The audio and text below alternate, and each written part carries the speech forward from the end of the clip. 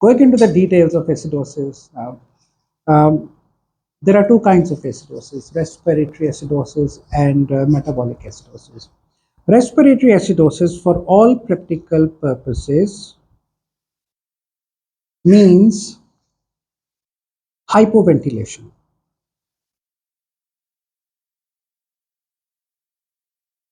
And hypoventilation means that either something is wrong with the brain or there is something wrong with the lungs or there is something wrong with the rib cage. People can also hypoventilate if they're under the stimulus of certain medicines, but then once again, that is going to affect the brain. So when we talk about the brain, it means either somebody's had an organic brain pathology or an inorganic brain pathology. The inorganic meaning thereby chemical brain pathology. And likewise, if somebody's got trauma to the rib cage, they can hyperventilate. Somebody's got bilateral pleural effusions, bilateral pneumonias, etc., they can hyperventilate. People who've got acute asthma, people having acute on chronic obstructive airway disease will also hyperventilate. So when they hyperventilate, the carbon dioxide begins to accumulate in the blood. And the more carbon dioxide there is, the more it leads to generation of hydrogen. Because if you remember, PCO2 plus H2O leads to H2CO3, and this is H plus HCCO3. There will be more production of hydrogen, and initially it can go out of the kidneys, but then if it can't go out of the kidneys, then it will accumulate, and so therefore you get more and more acidosis. But usually with hypoventilation, along with raised PCO2, you'll also get low PO2. And so this is a part and parcel with hyperventilation. So often in respiratory acidosis, as you could see, you'll often get this picture. You'll get raised PCO2 and you'll get a low PO2. What I have here is an arterial blood gas report from a patient in whom you can see this picture. There is acidosis, the pH is 6.9. Look at the PCO2, so that is elevated. This is a normal value, so that's elevated, and the PO2 is on the low side. The normal value is spread. The patient is severely hypoxemic, and the patient is acidotic as well. And so the base axis is minus. If the base axis is minus, that means so much base, so much bicarb has been used. So here we see that the base axis is minus 19.4, and the oxygen side, as was expected, is 63.1. So this patient is hypoventilating and is accumulating PCO2. And at the same time, bicarb is being consumed in order to compensate for all this PCO2 which is accumulating and to bring the pH up. But obviously the acidosis is far severe. The hyperventilation is very severe, and the bicarb is all being consumed, and the pH is still moving. So this is an ABG from somebody who's hyperventilating severely. But when it comes to metabolic acidosis, the commonest cause of metabolic acidosis is lactic acidosis, and that means accumulation of lactic acids. Lactic acidosis most commonly is seen in cases of shock or hypovolemia.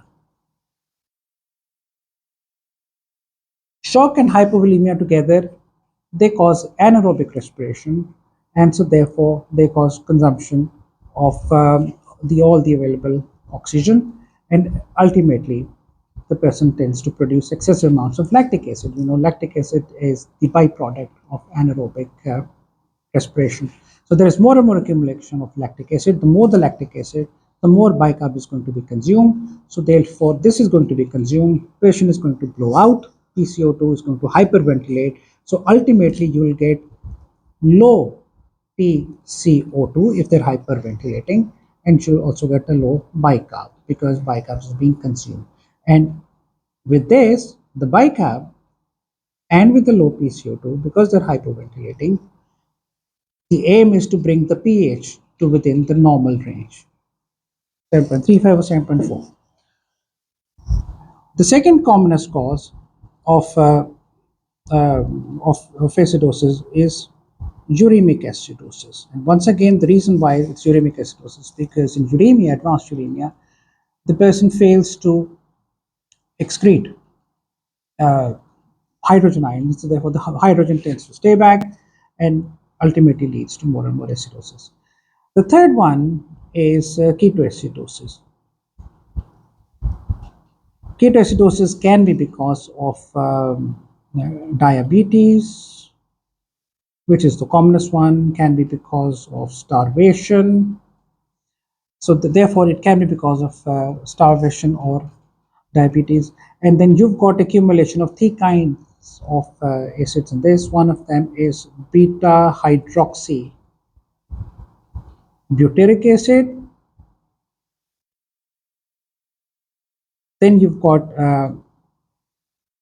acetone, and then you've got acetoacetic acid, which are often checked in the urine as well. So we often check for ketone bodies in the urine, and we know that either the person has got diabetes, which is uncontrolled, or they've got starvation.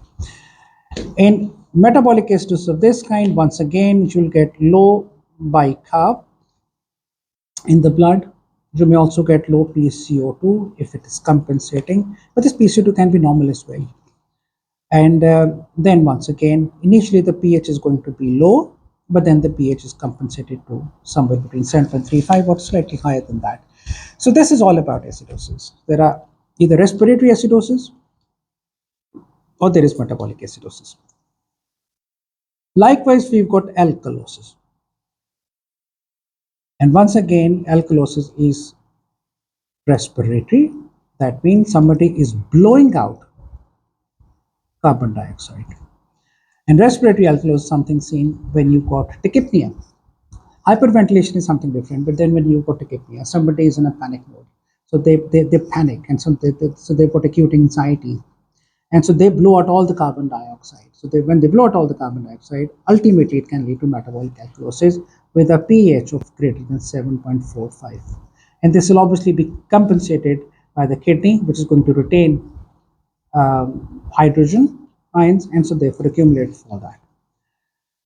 And there can be metabolic alkalosis. Metabolic alkalosis generally is not usually seen unless somebody is um, pouring out acids from the body, and that is usually with vomiting. So somebody is vomiting intractably, or somebody's got a fistula. So if they release lots and lots of acids, it will ultimately lead to loss of hydrogen, and so therefore you'll get more and more of the alkalosis in these patients. But as I said, metabolic alkalosis is relatively uncommon. And once again, in metabolic alkalosis, you'll get a picture that you'll get increased HCO3, and then you can get normal or low PCO2 because PCO2 is going to be blown out to compensate and bring the pH towards 7.35. While I'm talking about this, just brief description about the anion gap. The anion gap tells you whether or not the acidosis is because of the accumulation of acids. The normal value of anion gap is 8 to 10, and this is calculated sodium minus chloride plus bicarb, and the normal value is 8 to 10.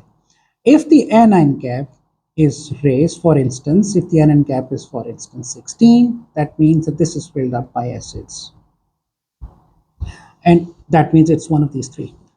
If the anion gap is normal, but the pH is low, less than 7.35, this is called as normal anion gap metabolic acidosis, something which is seen, for instance, in ethylene glycol ingestion, in which you can get normal anion gap and in metabolic acidosis. So when you're looking at this picture and you're not sure what kind of acidosis there is, always look for the anion gap. If you've got an anion gap which is raised, then it means the patient has got one of these three. If you've got the normal anion gap, you can rest assured the patient hasn't got shock, hypovolemia, hasn't got uremia, has got ketoacidosis, but they may have ingested something else. And so therefore, that's the line which you ought to take. Thank you.